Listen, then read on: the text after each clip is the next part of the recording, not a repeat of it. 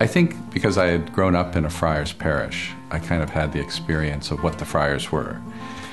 And as I was looking to, discern a vocation, I was interested. I started pre-medical psychology, and I was interested in helping people. And I think when I was younger, I thought it was really important to help people and drive a Porsche.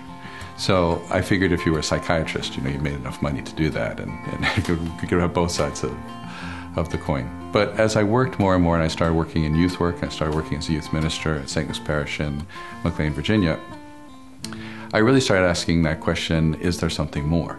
Could I be doing something more?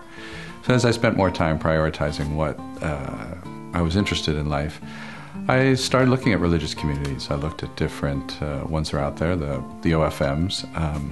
Some people in my family were Jesuits. So there was a lot of different communities that I was looking at. But what I started to do was, I was growing up in a friar's parish, I started saying, but they're not like the friars. They're not like the friars.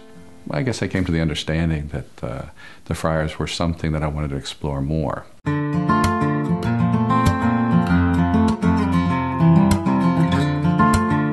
When you're looking at stuff and what life's all about, different things are attractive at different points in our lives. The sports car is really interesting for a while, but universally, I think everyone comes to a certain point, and it's usually around adolescence, where something has to have meaning. Something has to mean something in my life.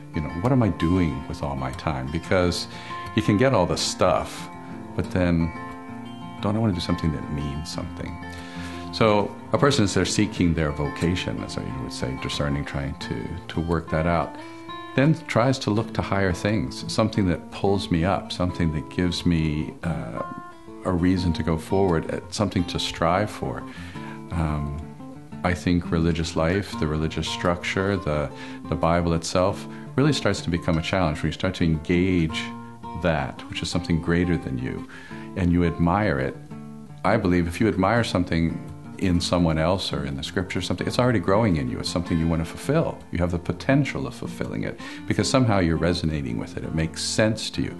When something starts to make sense to you, it starts to bring meaning in your life and starts to pull you.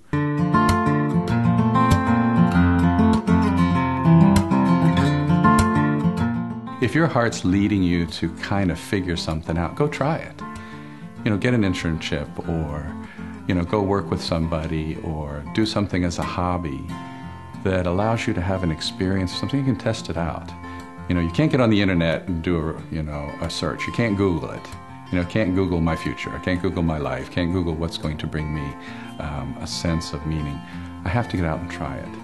Because that's what it's really all about. Tasting that authenticity. When you find the right thing, it is just for you. And you know that. You feel a real sense of resonance and a link with that. It makes sense to you.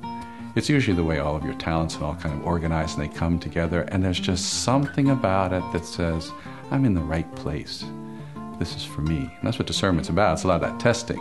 Oftentimes we think it's the letter, that comes, the acceptance letter, like God's going to send you an acceptance letter. I'm supposed to be in a religious community. It's not, it doesn't work that way. It works the other way around. As you test it and you look at different things and you get out and try it, you really see that it brings you life. And so you brings life, then you can bring it to someone else. If you can't give something you don't have, if you're not passionate about something, you can't bring passion to somebody.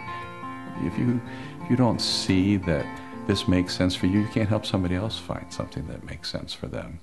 So you got to get out there and do it. Christianity is not a noun, it's a verb. You got to get out and do things.